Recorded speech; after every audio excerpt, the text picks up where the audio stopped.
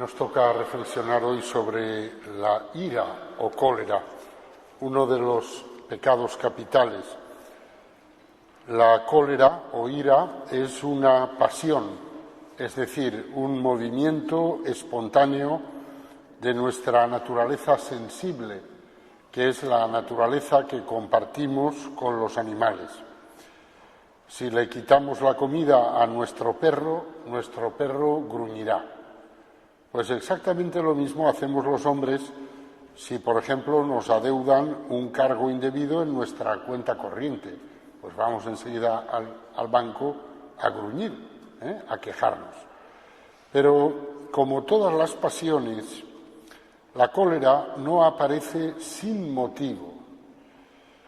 Para que el hombre sea agresivo, se tiene que sentir agredido.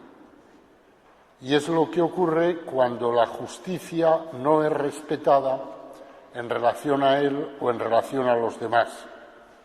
Entonces surge la cólera, porque uno se da cuenta que está siendo objeto, él o alguien que él ama, de una injusticia. Por eso Aristóteles en la Antigüedad y Santo Tomás y San Agustín al inicio de la Edad Media afirman que la cólera es un deseo de restablecer la justicia. Es una especie de indignación, de movimiento que surge porque uno ve algo y dice, a esto no hay derecho, por lo tanto, vamos a restablecer el derecho. Y que la cólera es un movimiento que surge en esa dirección. Con razón o sin razón, eso ya es otra cuestión, porque a veces el hombre puede tener la sensación de que no hay derecho a una cosa y, sin embargo, sí que hay perfecto derecho a esa cosa. Pero, en cualquier caso, la cólera suele surgir cuando el hombre percibe, con razón o sin razón, que está siendo víctima él o alguien que él ama de una injusticia. La cólera, esta pasión, es un plato que se puede servir frío o caliente. Se puede parecer a un volcán que explota, a la fuerza de un huracán, o también se puede parecer al hielo del resentimiento. Pero siempre y en cualquier caso, la cólera destruye. La cólera, si se deja llevar, si se da curso a lo que ella pretende, es siempre destructiva.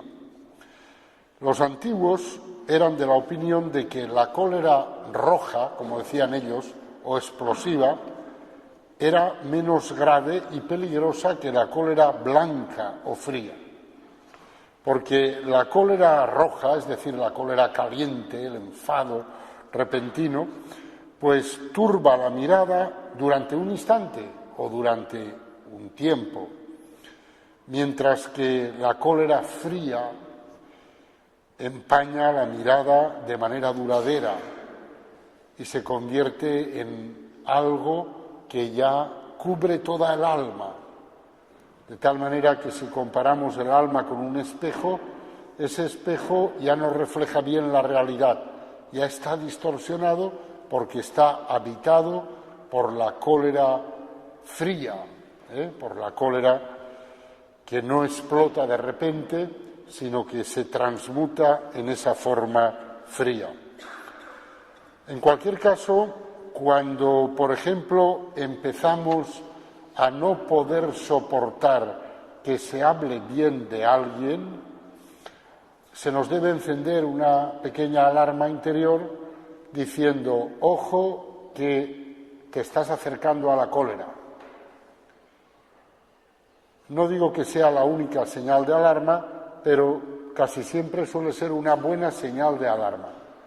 Cuando no soporto que se hable bien de alguien delante de mí, señal de que posiblemente la cólera hacia esa persona está dentro de mí. La cólera, desde luego, es un pecado muy serio, muy serio. Los padres del desierto son contundentes a la hora de hablar de la cólera. Por ejemplo, el abad Agatón decía, el hombre irascible, aunque resucite muertos, no agrada a Dios por causa de su ira. Es algo fuerte ser capaz de resucitar muertos. Y dice, pero si es un hombre colérico, no agrada a Dios. San Juan Clímaco afirma, de la misma manera que el orgullo puede, en ausencia de toda pasión, perder al que lo posee, así también el hecho de juzgar a los otros puede por sí mismo y él solo perdernos completamente, ya que el fariseo del Evangelio fue condenado por esto. Alude a la parábola del publicano y del fariseo, ¿no? En la cual el fariseo dice, Señor, yo no soy como ese publicano, que es un pecador, yo soy una persona que pago el diezmo, que cumplo, que tal, que cual. No ha hecho nada, ha hecho solo un juicio interior. Y dice San Juan Clímaco que ese juicio interior pierde al fariseo. Tráeme el inalámbrico.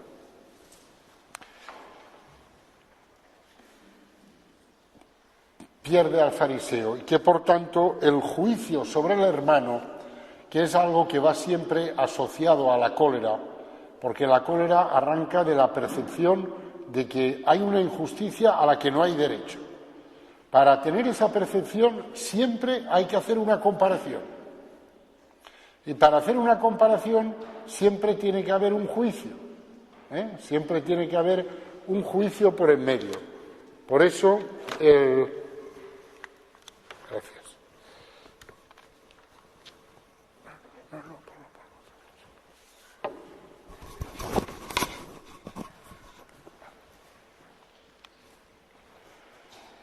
Por eso, el juzgar al hermano es siempre algo que nos sitúa en los confines de la cólera, sino en la misma cólera, en los confines de la cólera. También Evagrio afirma con rotundidad, nada se parece tanto a un demonio como un hombre encolerizado. Es una palabra muy impresionante, efectivamente. Nada se parece tanto a un demonio como un hombre encolerizado, porque la cólera nos hace salir de nuestras casillas, y salir de nuestras casillas es pues lo que hizo que aquel ángel precioso se convirtiera en demonio. No supo estar dentro de sus casillas, no supo estar en su sitio, sino que se rebeló, se salió de sus casillas y por salirse de sus casillas, Luzbel se convirtió en Satán, precisamente por eso. Es decir, cuando nos encolerizamos no aceptamos nuestra condición de criaturas, perdemos el sentido de nuestros límites y por eso nos enrabietamos tanto, cuando en realidad deberíamos ser conscientes de nuestros límites, saber siempre que esta tierra no es el cielo y que por lo tanto, pues es normal que aquí las cosas no sean como serán en el cielo. Por lo tanto, teníamos que tener esa paciencia. La cólera arrambla con todo eso. De ahí el consejo de otro padre del desierto, el abad Pastor, quien dice, si deseas tener sosiego aquí en esta vida y también en la próxima, en cualquier conflicto con otro, di, ¿quién soy yo? Y no juzgues a nadie. Es una palabra que ayuda mucho. Cuando uno tiene un conflicto con quien sea, pensar, ¿quién soy yo? Y no juzgar a nadie. Es una actitud que ayuda a mantener la paz. En el fondo de la cólera yace siempre el orgullo. Por eso nos enfadamos. Nos enfadamos porque pensamos que no hay derecho de que a una persona como yo se le haga esto o se le deje de hacer lo otro. Pero veis, ya está ahí el orgullo. A una persona como yo. Es que no hay derecho. A una persona como yo. Por eso la cólera está muy vinculada con el orgullo y por eso es tan peligrosa y tan cercana a lo demoníaco. Porque, como ya dijimos en el primer retiro, lo peor de todo es el orgullo. Por lo tanto, hay que vigilar siempre todo lo que tiene relación con el orgullo, por ejemplo, la cólera. De ahí que decirnos a nosotros mismos quién soy yo nos implanta en la verdad, recordándonos nuestra condición creatural y nos ayuda a no salirnos de nuestras casillas. La cólera es una ofensa a Dios porque quiere destruir al prójimo de un modo o de otro, ya que en el fondo la cólera es un rechazo de la diversidad querida por el Creador. Y sin embargo, esta variedad de rostros, de ritmos, de personalidades, es una riqueza que el colérico se propone destruir. El colérico se enfada, es que no hay derechos, y si se dejara llevar por la cólera, pues asesinaría al que le pone de los nervios, al que le saca de las casillas. Claro, uno dice, ¿qué hay ahí? En el fondo hay un rechazo de la diferencia. El otro es diferente de mí y su diferencia me pone de los nervios. Y como me pone de los nervios, me enfado. ¿Pero quién soy yo? ¿Por qué me tengo que enfadar? ¿Es que no se puede ser diferente a mí? Cuando el Señor terminó su obra creadora, la contempló en su conjunto y en su variedad y dijo que estaba muy bien. El colérico, en cambio, pretende enmendarle la plana a Dios y sostiene que esa obra no está muy bien mientras exista fulanito o menganito. En el fondo, lo que el colérico no acepta es la alteridad y la diferencia que la alteridad introduce y por eso pretende destruir al otro o que el otro sea exactamente como él, una réplica de sí mismo. En el fondo de la cólera yace la convicción de que sólo tienen derecho a existir los que son como yo, los que piensan, sienten y actúan como yo. Por eso un psicoanalista francés católico se atreve a afirmar que la cólera nunca es objetiva, que mientras miramos una realidad encolerizados, jamás la vemos como esa realidad es en verdad. La cólera a mí me parece que es un pecado muy español y eso me preocupa mucho y me hace sufrir mucho. Yo tengo la sensación de que España es un país donde la mitad de la población está encolerizada con la otra mitad. Y eso no es bueno. No es bueno.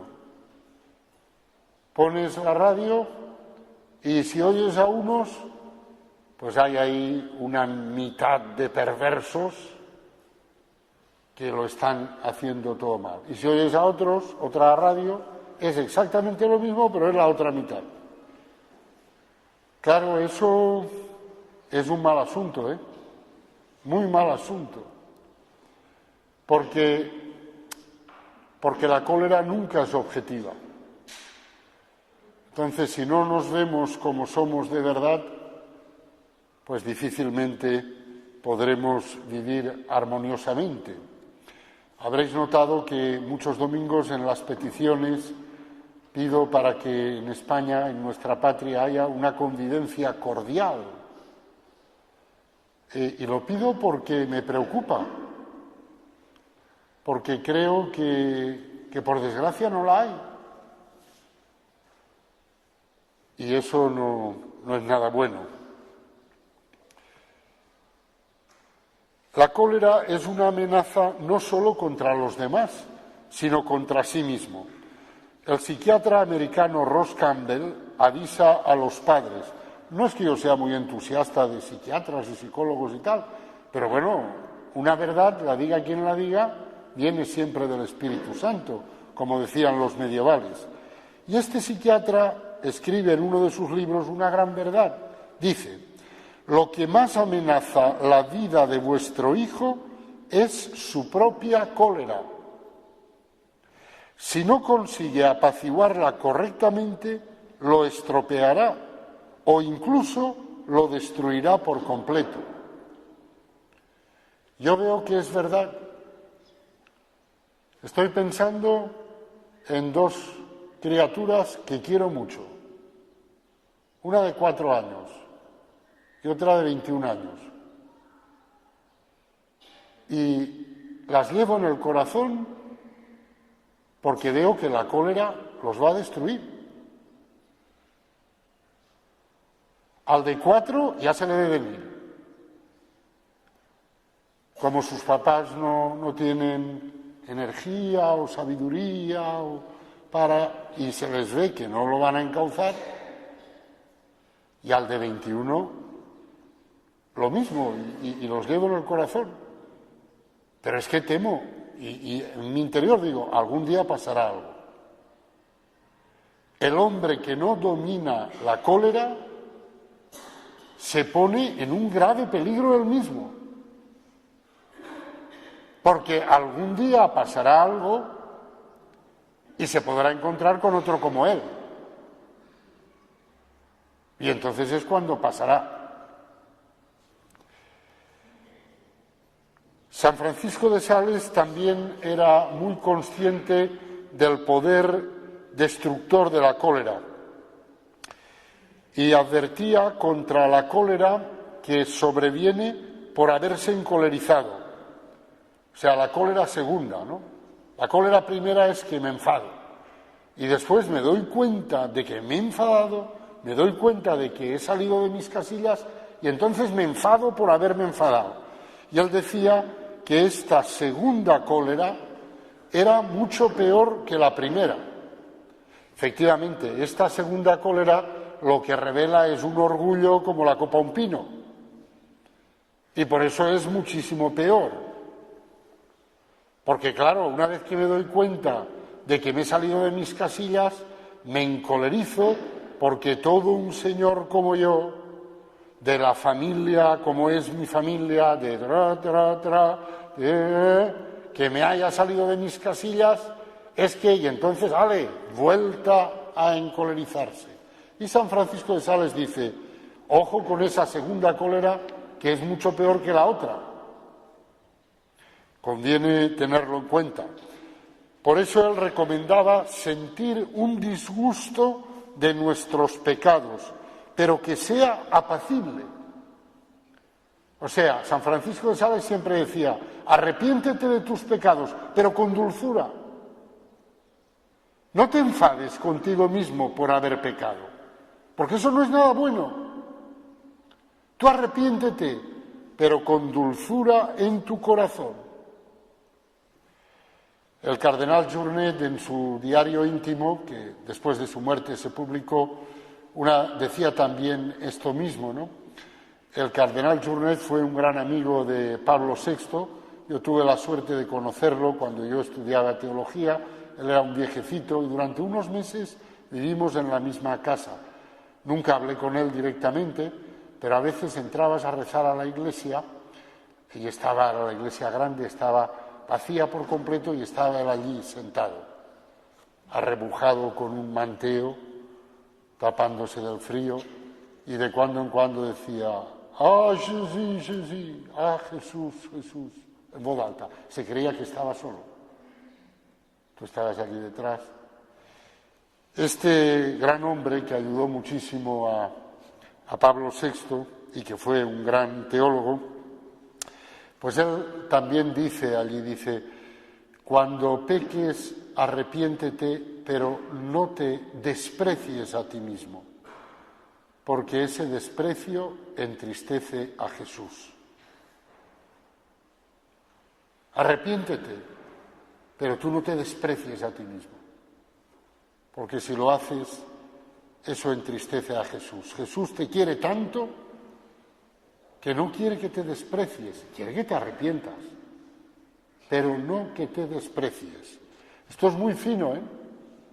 Muy fino, y hay que tenerlo muy en cuenta, porque son esas cosas por las que se vive un cristianismo de calidad, o de lo contrario, la vivencia cristiana se contamina de cosas que no tienen nada que ver con el cristianismo, al contrario, cosas que en último término vienen del orgullo o de la culpabilidad obsesiva y neurótica, etc.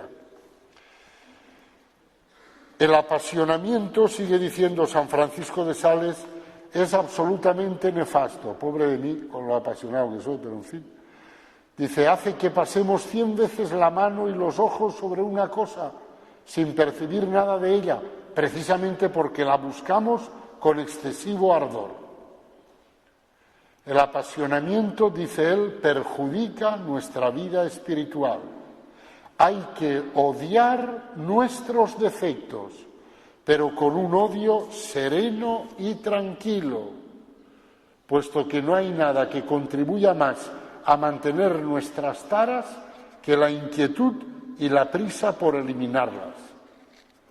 No será con violentos esfuerzos como lograremos la perfección, tampoco lo haremos en un día. Por eso hay que domar esas impaciencias. Los padres del desierto decían, el discutir lleva a la cólera, y la cólera conduce a la ceguera, y la ceguera hace que todo lo hagamos mal. Es una gran verdad. La cólera es un pecado que necesita expresarse, y se expresa normalmente, y casi diría en primer lugar, a través de la lengua, es decir, a través de la maledicencia. La cólera empieza por hablar mal del otro, diciendo del otro algo que es verdad, faltaría más. Al decirlo, se destruye la reputación del otro, se merma su fecundidad espiritual, su capacidad de irradiar, con lo que se disminuye su posibilidad de hacer el bien. Esto es muy serio, ¿eh? Es muy serio. Porque vamos a ver, yo cojo a una persona, supongamos que sea un colega mío, un sacerdote, y estoy hablando con otro, y digo de ese sacerdote una serie de cosas que son todas verdad, pero que son todas negativas.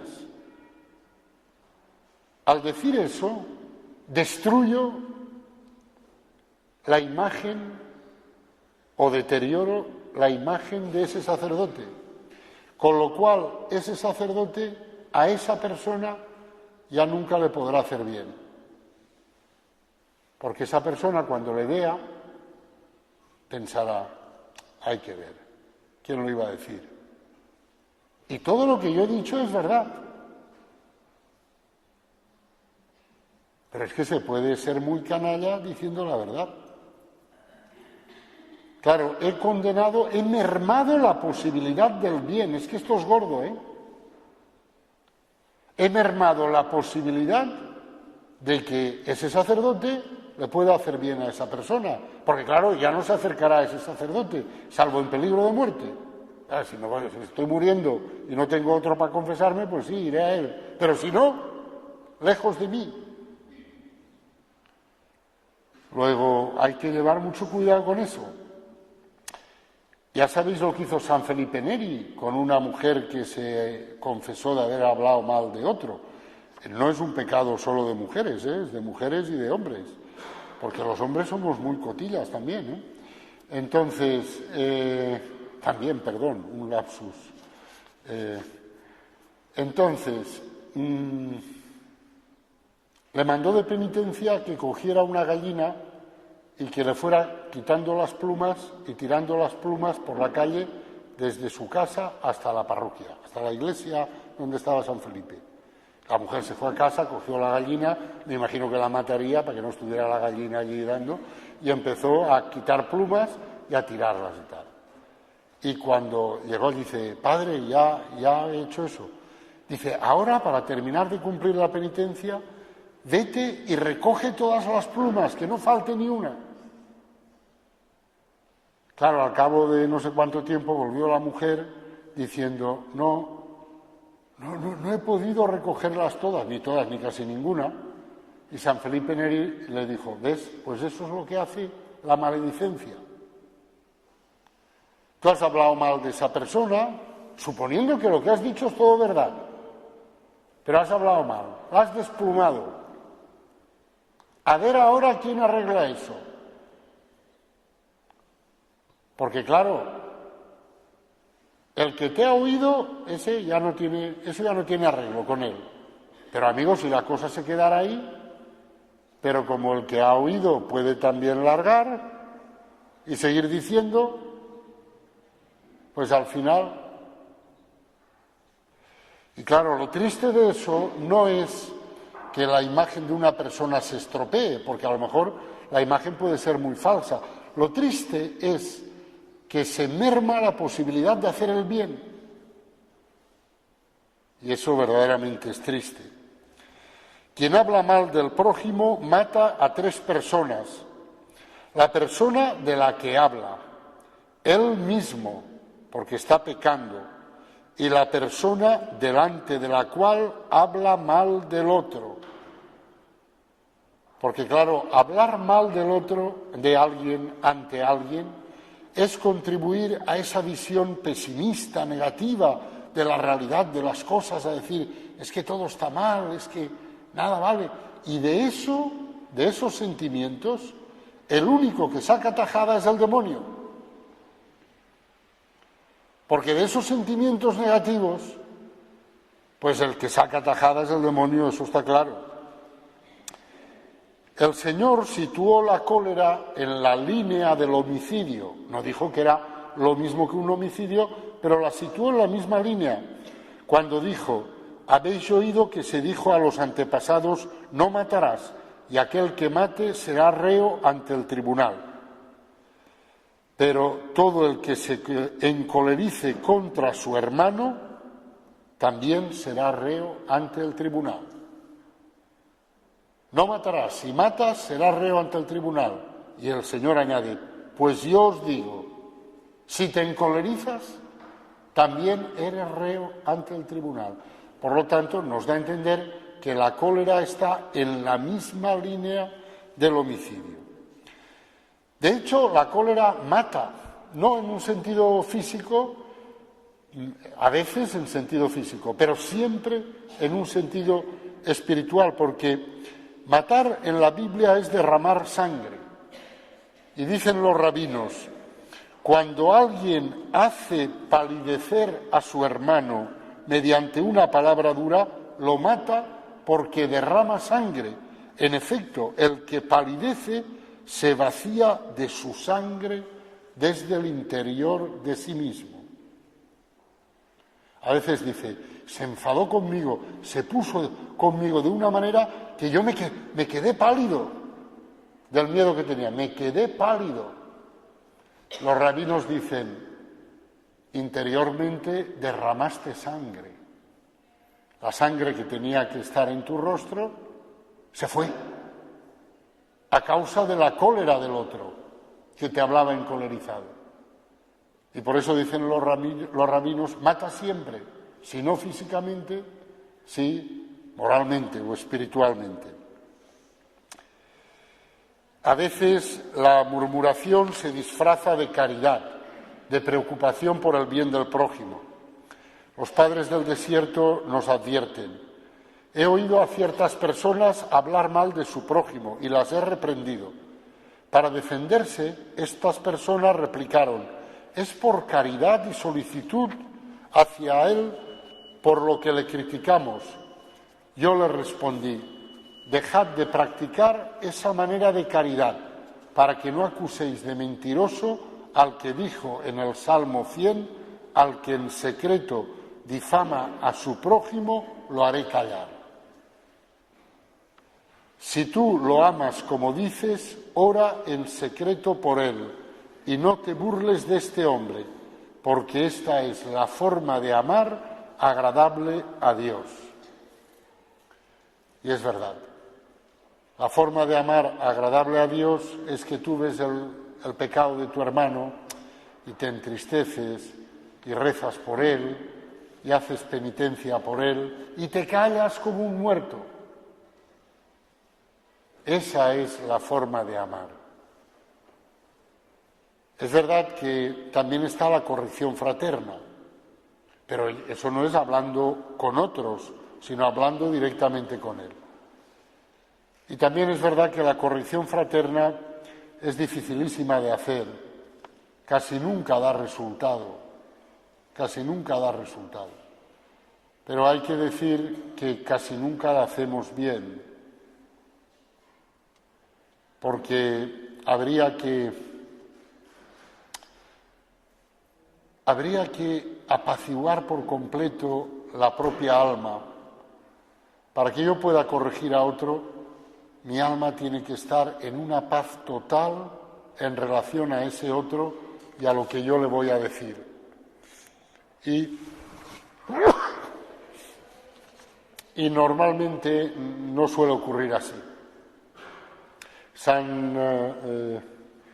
¿Cómo se llama este santo de la Iglesia ortodoxa? No me viene. San Siluán del Monte Athos. Antes de entrar al monasterio, pues era un agricultor y un día fue a hablar fueron a trabajar al campo con su padre y la cuadrilla de trabajadores, y el padre encargó a Silvano, le encargó la comida, y Silván, que era joven entonces, pues se despistó, no cayó en la cuenta de que era un viernes y preparó comida de carne, cuando ese día era abstinencia. Se fueron a trabajar allí al campo, en medio del campo, ¿no?, muy lejos de la hacienda, y cuando, estoy hablando del siglo XIX, finales del siglo XIX, ¿no?, cuando llegó la hora de comer, pues Silvano, trae la comida, trajo la comida, y entonces vieron que la comida era carne y no había otra cosa para comer. Y cuenta él que su padre tardó 6 meses en corregirle ese fallo. A los 6 meses le dijo, lleno de dulzura: hijo mío, no sabes con cuánta repugnancia me comí aquel día la comida. Y San Siluán decía: no he conocido un padre espiritual mejor que mi padre, porque para corregir al hermano hay que tener esa paciencia, sobre todo hay que tener el alma de uno completamente en paz. Mientras yo corrijo estando todavía molesto por lo que el hermano ha hecho, yo no corrijo bien. Será un milagro que el otro acoja bien la corrección, porque yo no lo estoy haciendo bien, hasta que no me he pacificado por completo. También dicen los padres del desierto: no tengas demasiado respeto al que te habla mal del prójimo. Más bien dile: calla, hermano, yo caigo cada día en otras cosas peores, así que ¿cómo lo podría condenar? Qué cosa más bonita, ¿no? Tener siempre ante los propios ojos la propia debilidad, el propio pecado, y por lo tanto decir: ¿cómo voy a condenar yo? Pues no quiero ni saber el pecado del otro. Pues claro que el otro tendrá pecados, tengo yo. Bastante tengo con los míos como para... El efecto más perverso y más secreto de la cólera es el resentimiento. Claro, esto ya es un veneno terrible. San Juan Clímaco dice del resentimiento: el resentimiento es la última cola de la cólera, es el guardián de los pecados, el odio de la justicia, la ruina de las virtudes, el veneno del alma, el gusano de la inteligencia, la confusión de la oración, el exterminio de la plegaria, la alienación del amor. Es un clavo hincado en el alma, un acariciado sentimiento de dulce amargura. Fijaros lo profundos que eran los padres del desierto. Bueno, San Juan Clímaco ya no era un padre del desierto, fue un recopilador tardío de sus enseñanzas, ¿no? Lo que es el resentimiento, un acariciado sentimiento de dulce amargura. Lo voy acariciando, que no se me olvide, que no se me olvide, que no se me olvide lo que hizo, que no se me olvide lo que dijo. Y es la cólera fría, no la explosiva, la fría, un pecado perpetuo, una iniquidad siempre vigilante, una malicia continua. Dice también, en el madero podrido se engendran gusanos, y en los hombres que sólo aparentemente son mansos y tranquilos está encerrado el resentimiento. Por eso la sabiduría popular, que se da cuenta de estas cosas, también dice, lleva cuidado con los mansos. Eso también se dice. Lleva cuidado con los mansos. Ese es un manso, lleva cuidado. Porque claro, quien no es manso de verdad y aparenta mansedumbre, agárrate que viene curva. Si no es manso de verdad. Porque está ahí, eso, acariciando la amargura para esperar el momento de plan, clavar el puñal. Y advierte San Juan Clímaco que el resentimiento frecuentemente conquista incluso a hombres espirituales. Por lo tanto, cuidado. Claro, la cólera fría puede más bien insinuarse en hombres espirituales, ¿no? Pero claro, entonces no hay que olvidar que el demonio es espiritual. Dicho sea de paso, el demonio es completamente espiritual. Por eso, ser espiritual no garantiza nada. Depende. ¿De qué espiritual eres? ¿Del Espíritu Santo? Entonces sí, estupendo. ¿O eres espiritual pero de otros espíritus que no son el Espíritu Santo? Ojo. Evidentemente, lo contrario de la cólera es la mansedumbre. La ausencia de cólera es una victoria sobre la naturaleza, que se torna insensible frente a las ofensas, al precio de luchas y sudores. La mansedumbre es un estado inmóvil del alma, que permanece igual a ella misma, tanto en las humillaciones como en las alabanzas. El comienzo de esta victoria sobre la cólera es el silencio de los labios cuando el corazón está agitado.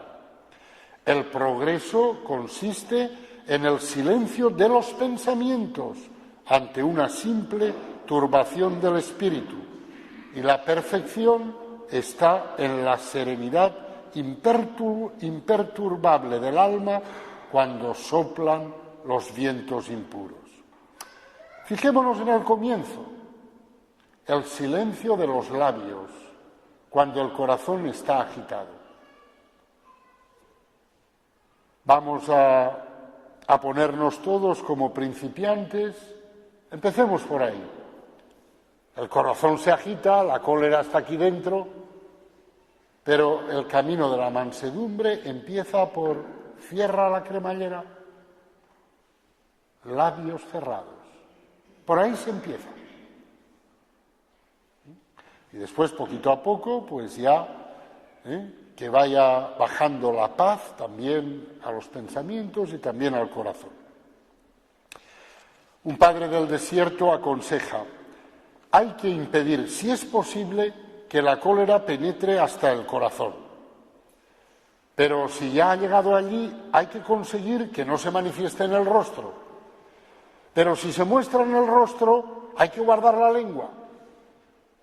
Si ya está sobre nuestros labios, hay que impedir que pase a los actos y velar para eliminarla lo más pronto posible del propio corazón.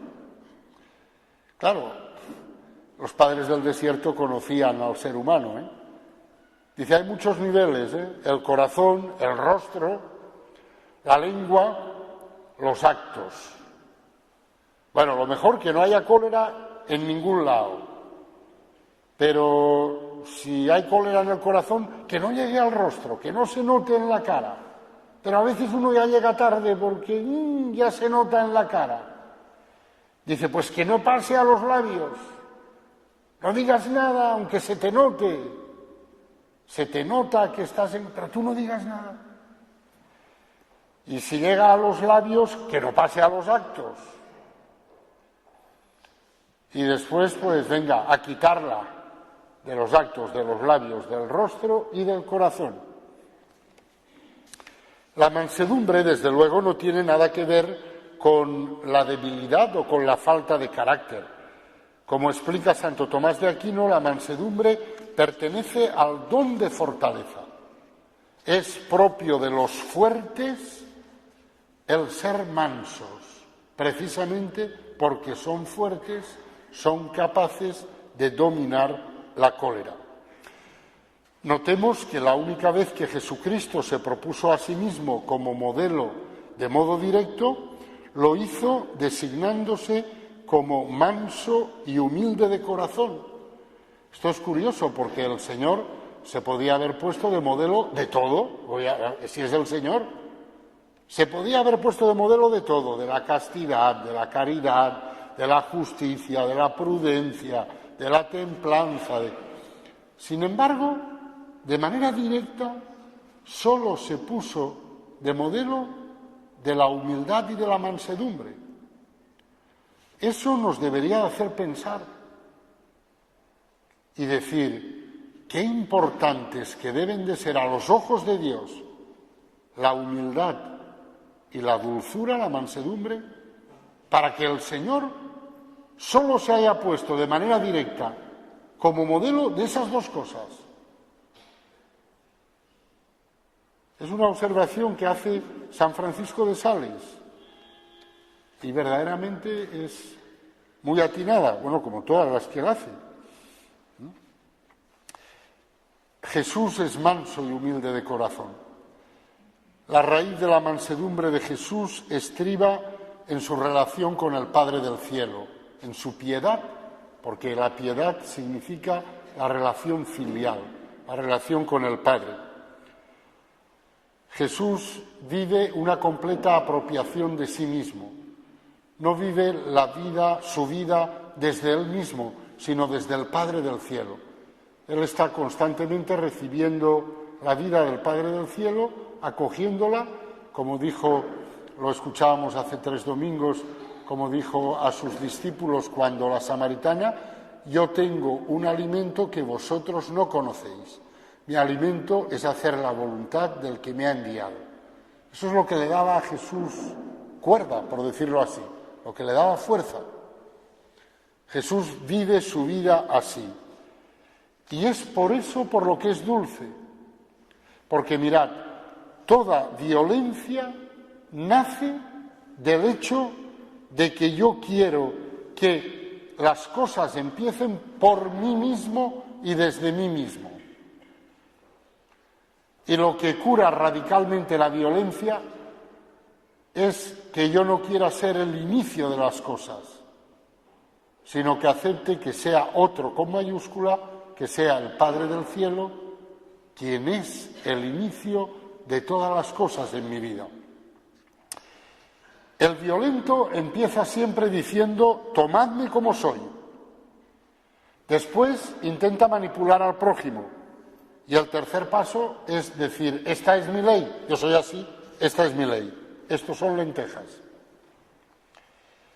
A partir de ahí, pues ya viene la crueldad, la división y la guerra. Pero Jesús no comienza desde sí mismo. y por eso no es violento. Cuando llegas a Jesús, no te encuentras con un punto firme que está en Él, te encuentras con una corriente de vida que va hacia el Padre del cielo y que viene del Padre del cielo. Y Jesús te dice, si yo no quiero nada para mí, yo solo quiero que la voluntad de mi Padre del cielo se realice. La mansedumbre está en efecto muy relacionada con la paternidad. Quienes se acercaban a Jesús se encontraban en presencia de un ser que los amaba con un desinterés absoluto, que les decía claramente la verdad, pero sin ninguna pretensión de dominio, porque Jesús no quería nada para él. Y por eso daba gusto estar con él, porque él no quiere nada para sí. Él quiere que a través de él lleguemos al Padre del cielo. Jesús no necesitaba derrotar ni humillar a nadie para sentirse seguro, porque Jesús se siente seguro por el amor del Padre del cielo. Por eso Jesús era inexpugnable para sus adversarios, porque habitaba en otro lugar. Ese otro lugar era el corazón del Padre del cielo. Los adversarios lo acorralaban y nunca lo cogían, porque él estaba siempre en otro lugar. Si hubiera actuado desde sí mismo y por sí mismo, lo hubieran cogido muchas veces, pero él nunca actuaba desde sí mismo y por sí mismo, sino desde el Padre del cielo. Por eso era inexpugnable. Nosotros también seremos inexpugnables en la medida en que hagamos la voluntad de Dios y en que actuemos desde la voluntad de Dios. En la medida, en cambio, en que actuamos desde nuestro proyecto, desde nuestra manera de ser, pues ya no somos inexpugnables, sino que nos hacemos vulnerables.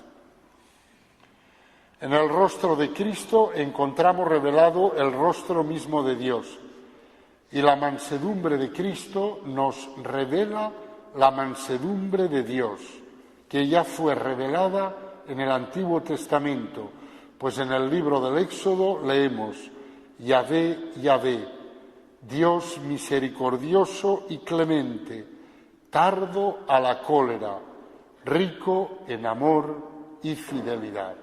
¿Veis? Tardo a la cólera, rico en amor y fidelidad. Es el perfil de un ser lleno de mansedumbre. En la base de la violencia está siempre una relación falsa con el Padre y con todo aquello que aparece en la dimensión de la paternidad. Por ejemplo, Dios, la autoridad, las generaciones anteriores, la cultura del pasado, la tradición. Los jóvenes son violentos o propenden a la violencia porque no quieren aceptar a sus padres, porque no quieren aceptar lo que viene de sus padres, lo que viene de antes, de antiguo, de la tradición, todo lo que aparece en la dimensión vertical. Y de ahí nace la violencia, de un rechazo de la paternidad y de todo lo que está en la dimensión de la paternidad. Nuestra cultura pretende eliminar al padre, lo cual es, en primer lugar, pues una abstracción en el sentido peyorativo de la palabra, porque resulta que eliminan al padre, pero para poner en su lugar multitud de gurús, que son infalibles en todo, que son padres todopoderosos, disimulados, por ejemplo, bajo la figura del partido único, de la ideología suprema, de las oligarquías financieras o culturales, etcétera. Claro, o sea, matan al padre de verdad para poner a un falso padre. Y claro, eso pues es una operación muy burda, pero ahí está, ¿verdad? Ahí está. El Evangelio afirma claramente: si el Padre no existe, los hombres dejan de ser hermanos. Por lo tanto, si negamos al Padre, la fraternidad es imposible. Uno de los aspectos de la cultura de nuestro tiempo es este. Propugna la fraternidad, pero niega la paternidad. Mira usted, eso es contradictorio. Usted quiere que los hombres sean todos iguales y sean todos hermanos. La Revolución Francesa, ¿qué hizo? ¿Un baño de sangre? Proclamó la fraternité y para empezar vamos a cortar cabezas. Pues esa contradicción sigue estando presente en nuestra cultura. Sin la figura del Padre no hay fraternidad posible. Por lo tanto, este tema es importante. El primer deber que tenéis los que habéis recibido la gracia de ser padres, de engendrar hijos, es ser padres, no amigos de vuestros hijos. Tontería esa de amigo de mis hijos. Ser su padre y ejercer la paternidad. Y eso también vale de los sacerdotes. Y también vale de lo que los cristianos debéis de pedirnos a los sacerdotes. Nos debéis de exigir que seamos padres. Eso es incómodo para vosotros y para nosotros. Mucho mejor ser funcionario de lo sagrado. Cumplo, cobro y me voy. Ah, no, pero eso no es. El sacerdote tiene que ser padre. Visibilización de la paternidad de Dios. Y los cristianos deben de querer que sus sacerdotes sean padres y no meros funcionarios. Claro, la tentación es que sean funcionarios para que hagan lo que yo quiero, cuando yo les digo, en la manera que yo les digo, tal. Un funcionario servicialito. Pero claro, un padre tiene autoridad. Un padre dice, no, hijo, eso no, a veces. O dice, sí, hijo, eso sí, pero no de esa manera. Por eso digo que es mucho más difícil la paternidad que no el funcionariado, sin tener nada en contra de los funcionarios, mucho cuidado. Pero es por comparar. Digamos algunos remedios prácticos contra la cólera. Bueno, lo primero que hay que tener muy claro es que enfadarse no es cristiano. Por más carácter que uno tenga. Cada vez que me enfado, me estoy saliendo del talante cristiano. Porque el talante cristiano está muy bien descrito en el Nuevo Testamento. No salga de vuestra boca palabra dañosa, sino la que sea conveniente para edificar, según la necesidad, y hacer el bien a los que os escuchen. No entristezcáis al Espíritu Santo, con el que fuisteis sellados para el día de la redención. Toda acritud, ira, cólera, gritos, maledicencia y cualquier clase de maldad desaparezca entre vosotros. Sed más bien buenos entre vosotros, entrañables, perdonándoos mutuamente como os perdonó Dios en Cristo. Pues claro. Luego, que se nos quede claro eso.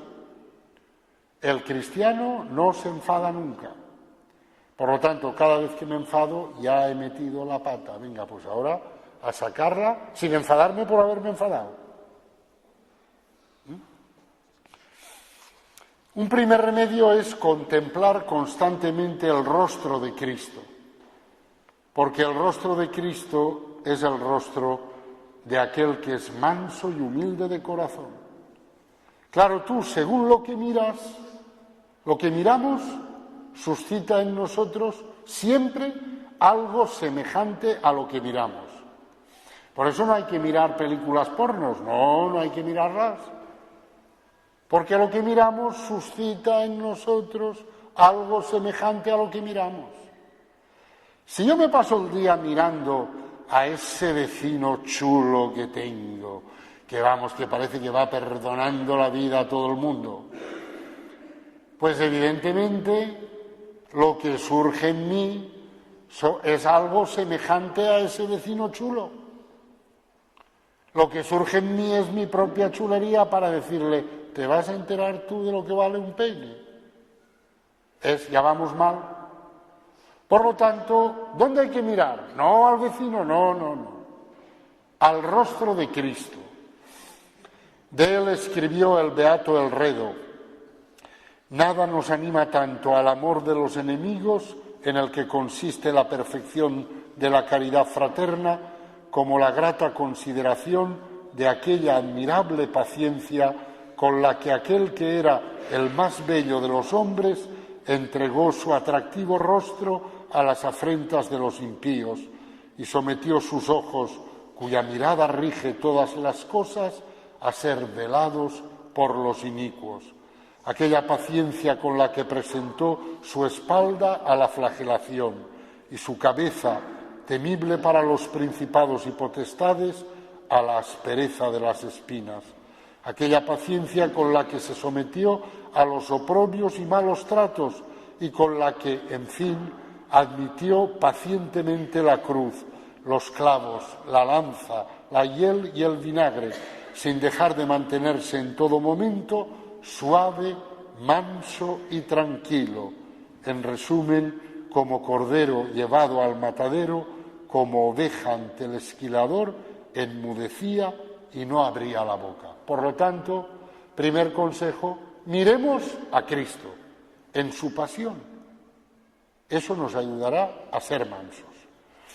Segundo consejo, evidente, orar. Sin la oración constante no hay nada que hacer. Constante.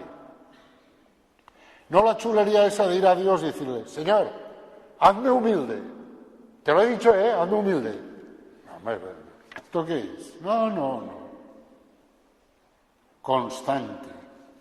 El abad Amonio decía, he estado 14 años en el desierto de Escitia pidiendo día y noche al Señor que me diese fuerza para vencer la ira.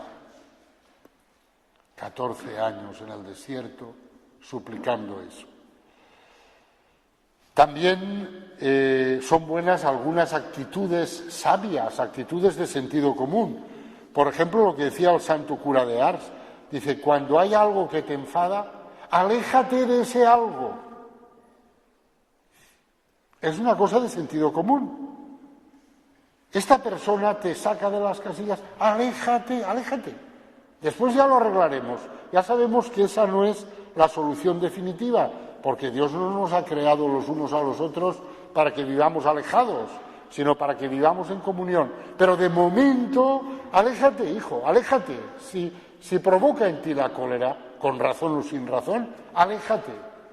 Y después ya iremos arreglando eso, Pero lo primero, otra cosa muy de sentido común es desidealizar al prójimo y a uno mismo.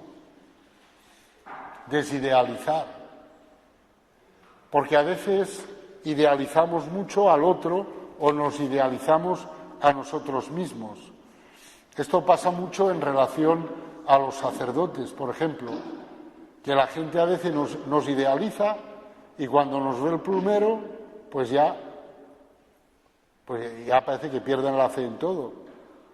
No, mire usted, si el sacerdote está hecho de tierra, como todos nosotros, por lo tanto hay que desidealizar, hay que aceptar que somos de tierra y que la santidad que podemos realizar aquí, pues es siempre una santidad relativa, parcial, fragmentaria, imperfecta, la de todos, incluso los grandes santos.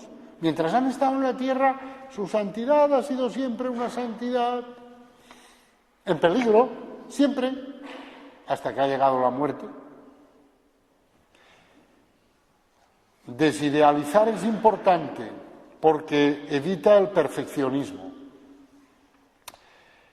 Este psicoanalista católico dice que no saldremos nunca de la noria de la cólera mientras no renunciemos a la imagen orgullosa de nosotros mismos.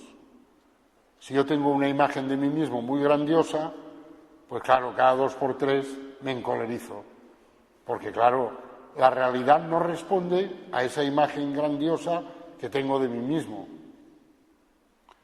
Pero claro, uno dice, criatura, ¿y a ti quién te manda a hacerte esa imagen de ti mismo? Hijo, pues tú te has mirado en el espejo alguna vez. Claro, hay que decir, sí, se ha mirado en el espejo, pero en el espejo equivocado. Si se hubiera mirado en el espejo en el que hay que mirarse, que es Cristo, pues estaría todo claro. Pero como se ha mirado en otros espejos, en el del vecino, en el del tal cual, pues entonces mal. Otra cosa de sentido común es no abusar de excitantes corporales, porque la cólera tiene un componente somático que no es despreciable. Ahí, por ejemplo, hay que vigilar el café y el alcohol, hay que vigilar los excitantes, porque pueden favorecer en nosotros la cólera. Otra cosa buena es hacer momentos largos de silencio. ¿Qué pasaría si para prepararse a la Semana Santa apagáramos el televisor? Ay, no, porque qué miedo, ¿no? ¿Qué pasaría si apagáramos el televisor hasta el domingo de resurrección? Y ya a partir del domingo de resurrección a sufrir otra vez. Pero fijaros la cantidad de silencio que podríamos aprovisionar en nuestra alma. Nada más con no poner el televisor.